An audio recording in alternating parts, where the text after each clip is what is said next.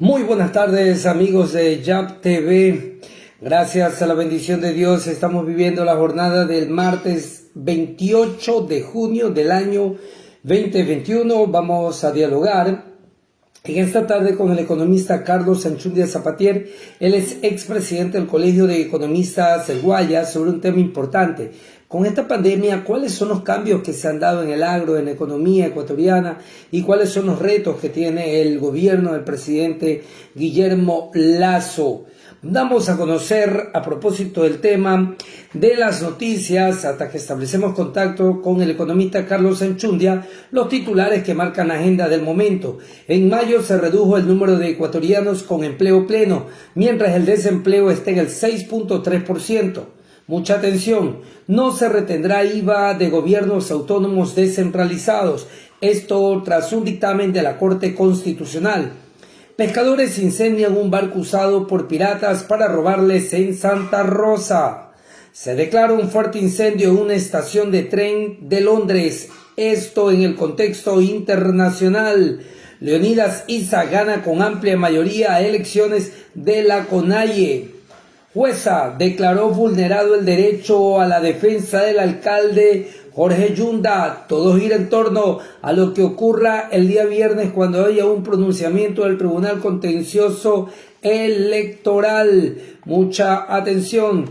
Vamos a conocer también otros titulares que marcan la agenda del momento en el país y en el mundo entero. Audiencia de YAP TV, mucha atención, estimados amigos. En el Palacio Municipal de Guayaquil, la alcaldesa Cynthia Viteri se reunió hoy con Jean-Baptiste Chauvin, embajador de Francia en el Ecuador, para reafirmar la intención de cooperar en proyectos que beneficien a Guayaquil. Asimismo, damos a conocer otros titulares que marcan la agenda del momento. Estimados amigos, la recaudación de impuestos representa más del 40% de ingresos del sector público en el Ecuador. Les recordamos que llegamos a ustedes gracias al gentil auspicio de YAP Inmobiliario CC, especialistas en la compra, venta y alquiler de sus propiedades. También recuerde que puede aprender inglés en la Fundación Internacional Arturo Espín Ordóñez. Aprende inglés junto a nosotros. Accede a nuestra página en Facebook como Fundación Fundación Internacional DR Arturo Espín Ordóñez. Y sus consultas psicológicas con Walter Chamba Costa siempre serán virtuales a través del WhatsApp 0994 23 89 52. Y como lo habíamos anunciado, ya tenemos la presencia del economista Carlos Anchundia Zapatier. Economista, sin lugar a dudas, el hecho que marcó la agenda la semana pasada en el país fue que el presidente Guillermo Lasso cumplió los 30 primeros días, pero algunos quizás ilusionados esperaban un cambio en el primer mes de gobierno, pero esto no se evidenció en las cifras. ¿Fue demasiado prematuro esperar de un cambio vertiginoso en el país? Bienvenido, economista Carlos Anchundia de YAP TV. Buenas tardes, doctor Aguirre, y buenas tardes a todos los que están conectados al programa. A ver, durante la elección, primera y segunda vuelta, el país tenía y tiene totalmente definido lo que proponía uno u otro candidato. Y la propuesta del presidente hoy ya, don Guillermo Lasso, nos decía que las cosas iban a tener un cambio radical en el país, que tenía la experiencia, que estaba preparado, que tenía un equipo humano grande, igualmente muy preparado, que de inmediato el gobierno saliente de don Lenín Moreno se puso a la orden de estas personas designadas, no nombradas, pero ya designadas como responsables en cada área, para que tuvieran tiempo de participar de la recepción, tanto de los documentos, de los proyectos culminados de los proyectos en trámite, de los ingresos y, cómo no, también de los gastos. Entonces, si a eso se le suma que el presidente electo nos hizo a los ecuatorianos una cantidad importante de ofertas, tanto materiales como no materiales, la expectativa que tenía y tiene el Ecuador es que a partir del 24 de mayo, que ya asumió formalmente el cargo, en pocos días íbamos a tener resultados objetivos o visibles. Eso es lo que se le dijo al país y eso es lo que el país ha venido esperando. Pero hay una parte en la que modestamente me incluyo, que me manifesté cauto al respecto, porque el Estado, por ser Estado, es amplio, es grande, y es un Estado que se vuelve mucho más amplio, amplísimo, en vista de los problemas coyunturales en todo orden que tiene el país. Entonces asumen el poder y se encuentran que las cosas no se las puede cambiar o disponer los cambios de forma tan rápida. ¿Qué encuentro yo de forma favorable, en mi opinión? De que ya los ecuatorianos nos podemos dar cuenta, eso sí, de forma clara, con las pocas o con las decisiones que ha tomado el presidente y algunos ministros, es que logramos observar con claridad la forma de pensar del presidente. El presidente tiene una forma clara de pensar que la economía, las plazas de trabajo y la inversión van a venir y tendrán que llegar del sector privado, quien será el gran actor y el motor del dinamismo para el país. No será el sector público, como aconteció en los últimos 14 o 15 años de vida republicana. Eso está claro. Está claro cuando el presidente emite un código de ética que en nombre jurídico es un acuerdo ministerial, donde resaltan los puntos más importantes y le dice a sus colaboradores, a los que dependen de la decisión directa de él, que no va a tolerar gastos innecesarios, gastos con sobreprecios y dinero mal gastado, que él los está mirando y que, en otras palabras, la Contraloría, que es quien revisa y cuida estos recursos, también estarán observándolos. Ahora, es entendible la preocupación de los ecuatorianos, que ya se expresa y está pidiendo resultados, porque hay cosas que deberían haber dado ya señales claras y no contradictorias. Por ejemplo, en el orden administrativo hablamos del código de ética. En el orden fiscal, el ministro de Finanzas dice sobre un tope para cargar nuevos impuestos o pago de impuestos a la renta, mientras el presidente ha manifestado de que son otros límites o bordes los que serán tomados en cuenta. Y no se dice nada, por otra parte, respecto al orden fiscal para superar el déficit, cómo se va a controlar efectivamente la corrupción, las coimas, como también la evasión tributaria. El país, el sector productivo y los ciudadanos no aguantan ya ningún nuevo impuesto ni aumento de los mismos. Ahí no hay que cargarle la mano, hay que cargarle la mano es sin dañarlos, porque siempre hay que proteger a muchos sectores y a todos, pero donde hay una evasión de aproximadamente 12,000 millones de dólares. Y los días pasan y no hay ninguna decisión en ese sentido.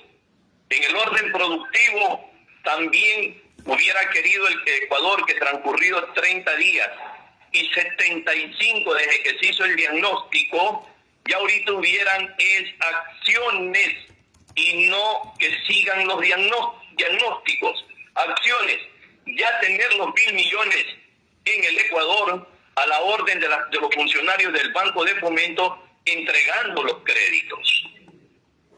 Es verdad que no por madrugar se amanece más temprano, pero las autoridades del Banco de Fomento, sobre las cuales el presidente ha puesto mucho énfasis, confianza, y ha puesto también muchísimo de sus resultados positivos como gobernante a el fomento de las actividades agropecuarias, entendiendo ahí todo, incluidas las que tienen que ver con las actividades del mar, las de cautiverio, la ganadería, en fin, arroz, maíz, brócoli, pero no hay financiamiento y el país está paralizado por lo tanto.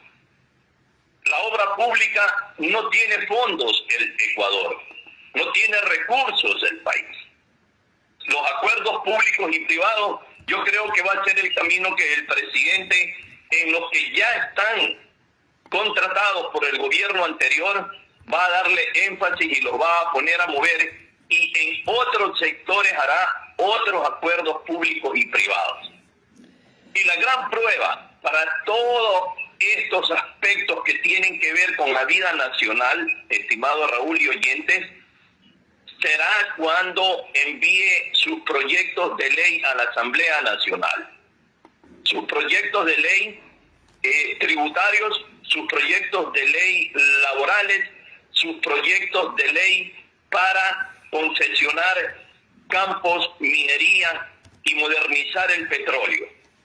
Ahí vamos a los ecuatorianos a saber si realmente el presidente va a tener éxitos en sus funciones o va a tener que navegar con aguas en contracorriente, porque lamentablemente con la situación actual, con el déficit presupuestario actual, con leyes caducas, sin dinero de reserva, ni presente ni al futuro, tiene que proponerle al país una gran revolución. ¿Será por esto entonces que tarda en enviarlas al Congreso Nacional porque está sacándole punta al lápiz? ¿O realmente tiene todavía o tiene temores? Porque no podemos olvidar que prometió que el día de su posesión o al siguiente día, de acuerdo a la agenda legislativa, llevaría todos estos proyectos de ley y no lo ha hecho.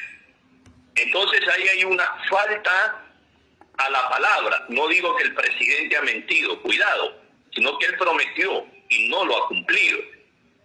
Prometió eliminar apenas de posesión el 2% que ataja el bolsillo y le hace un hueco más grande al bolsillo de los emprendedores, de los comerciantes, ese 2% a las ventas, no a las utilidades. Si esto se criticó tanto el gobierno del expresidente Correa, que se cobraban impuestos a la renta sobre renta presuntiva, y si no había renta favorable igual ya había pagado y el Estado no devolvía.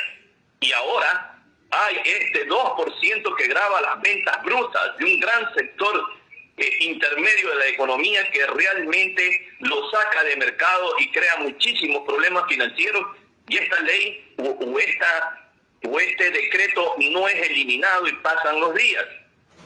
En el orden educacional también, el secretario de Educación dice una cosa, el presidente prometió otra. Entonces yo sí creo que la incertidumbre tiene piso en la ciudadanía, toda, especialmente en la que le dio los votos para el triunfo al flamante presidente Guillermo Lasso.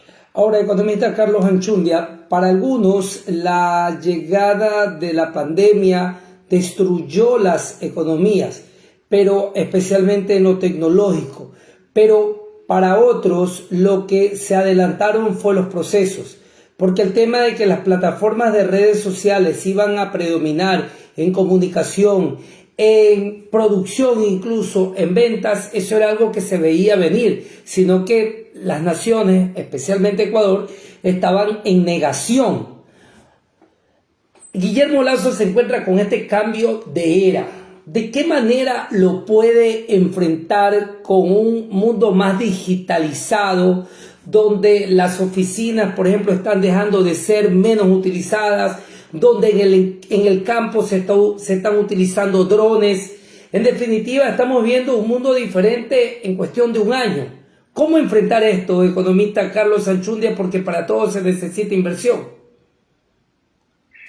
Ese es el kit del asunto, porque lo que disminuye por un lado en razón de el mejoramiento y la aparición de nuevas tecnologías, también este mismo factor que hace que disminuyan, por ejemplo, los empleos manuales, también posibilita de que se creen nuevas formas de trabajo y que las inversiones se multipliquen por la velocidad de los procesos laborales y también de la facilidad de los procesos laborales. Esta misma tecnología es la que permite realizar negocios a empresarios del Ecuador con empresarios del mundo entero, e inclusive suscribir los documentos de contrato sin que ninguno, ni el de Ecuador, tenga que viajar a Filipinas, ni el de Filipinas viajar al Ecuador para suscribir contratos o convenios, porque está en plena vigencia, por ejemplo, la firma electrónica, que tiene igual valor a la firma física, que se incluyen en contratos de trabajo o de compra-venta de tecnología o bienes o servicios. Entonces, esto es lo que hace ayudar a las economías globales, y el Ecuador no se puede quedar atrás. Por lo tanto, es importante lo que también nos dijeron, que el Ecuador se iba a digitalizar y que la tecnología, el Internet, iba a estar al servicio de la producción. Pero todo ello requiere inversión, porque lamentablemente en el Ecuador no tenemos dinero. Y por lo tanto, el exterior está esperando las señales que diga que el presidente dicta los decretos, construye los proyectos de ley y la Asamblea se los aprueba. Es decir, que hay un apoyo. Y al existir el apoyo significa que la ley está a favor de que todo lo que se contrate se va a cumplir y que las leyes serán cumplidas. Pero mientras tengamos, por ejemplo, y no quiero invadir camino a la pregunta, pero vale, disculpen usted, hacer esta digresión. Mientras en el exterior estén observando que el Contralor del Estado despacha desde la prisión y nombra a subalternos para que los subroguen, como que fuera sucesión marital o como que fuera sucesión familiar, entonces hay temores. Y cuando esto en la Asamblea, en lugar de tener un apoyo para cortarlo de tajo, lo posponen, porque la Asamblea acaba de votar el fin de semana anterior de que el juicio del señor Contralor queda para fecha posterior de las calendas griegas, cuando debía haber sido tomado de forma inmediata, o para absolver al señor, para ratificar al señor la confianza política, o para definitivamente retirársela e iniciar procesos y nombrar una nueva autoridad tan importante como esa. Y eso pasa en el sector fiscal, pasa en el sector judicial, pasa en el sector financiero, y por lo tanto en ese escenario el Ecuador no es la mejor hoy por hoy. Por eso es que es imprescindible que el presidente en pocos días, y no por esto se lo urge a que tome una decisión acalorada o apresurada, pero en los pocos días, tal como nos dijo, dicte ya todas estas decisiones que se deben de convertir en ley para que él tenga el escenario favorable y esta confianza desde el exterior venga al país. Porque el sector petrolero, por ejemplo, necesita desarrollo, pero no hay dinero. El sector minero tampoco. Las carreteras del país necesitan inversión privada, el Estado no la tiene. Las hidroeléctricas hoy en día, con problemas como la Coca-Cola Sinclair, necesitan inversión extranjera. Subsanar los problemas jurídicos, pero necesitan inversión extranjera para que crear empleo, para que ingresen más impuestos, para que se movilice la economía, para que haya más trabajo, para que el Estado recaude más. Por lo tanto, los días venideros son importantísimos. Y yo sí creo que hay que darle el chance al gobierno y al presidente de unos días o muchos días más para que nos presente su plan de forma formal, de manera formal. Claro. De manera formal. Ahora, economista Carlos Anchundia, finalmente, en el agro el campesino siempre se quejó porque no tenía el control contacto con el comprador en el extranjero, siguiendo el hilo de la digitalización. Ahora hay esa oportunidad. Sin embargo, hay un problema, el tema del Internet. En Balsar, por ejemplo, punto donde usted está, hay sectores donde las grandes operadoras no llegan con su cobertura de Internet. Sin embargo, los operadores pequeñitos, a ellos les han dejado el hueso para que trabajen sectores como los rurales de Balsar y otros cantones aledaños, no solo en el Guayas, sino en todo el país. ¿Cómo hacer para que haya un mejor Internet? ¿Cómo hacer para capacitar al campesino para que entre también en esta digitalización y pueda individualmente o en grupo llegar a ese comprador en el mundo entero? Finalmente, economista Carlos Anchude. Buen factor, pero no sé si es antes o después, pero hay otros factores al que usted acaba de enumerar que es importantísimo. Yo no quisiera lo que voy a pronunciar ubicarlos delante del que usted pronunció o detrás, pero es porque es un conjunto. Pero sí, lo primero que tenemos que hacer en el sector del arroz, bien tomado el ejemplo, es sobrepasar el consumo interno, es decir, sembrar para generar un excedente, porque es política pública la alimentación de los ecuatorianos, es política del Estado, es política pública. Primero, la alimentación interna. Entonces, visualizar, primero contabilizar cómo está la oferta y demanda interna y el excedente buscar a quién venderle al exterior. Y establecer plazos y objetivos y metas por año, en fin, etcétera. Pero es que la agricultura no solo es el problema del crédito. La agricultura tiene problemas como, por ejemplo, semilla certificada. No hay en cantidad necesaria y es muy cara y es muy alta.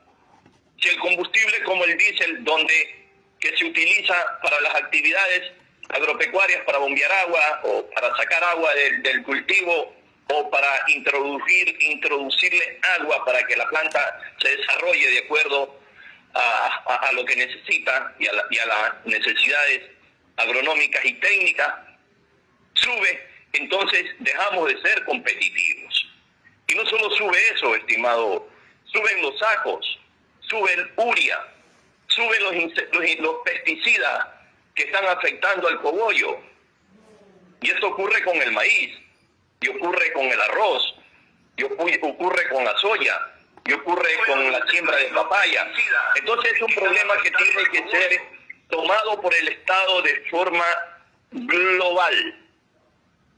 Se necesita aquí hacer una gran minga por parte del gobierno, porque ahí está la riqueza de nuestro país hoy por hoy. Primero, porque es un recurso renovable. La tierra se cansa, pero no desaparece. El petróleo llegará un rato en que ya no haya una gota de petróleo.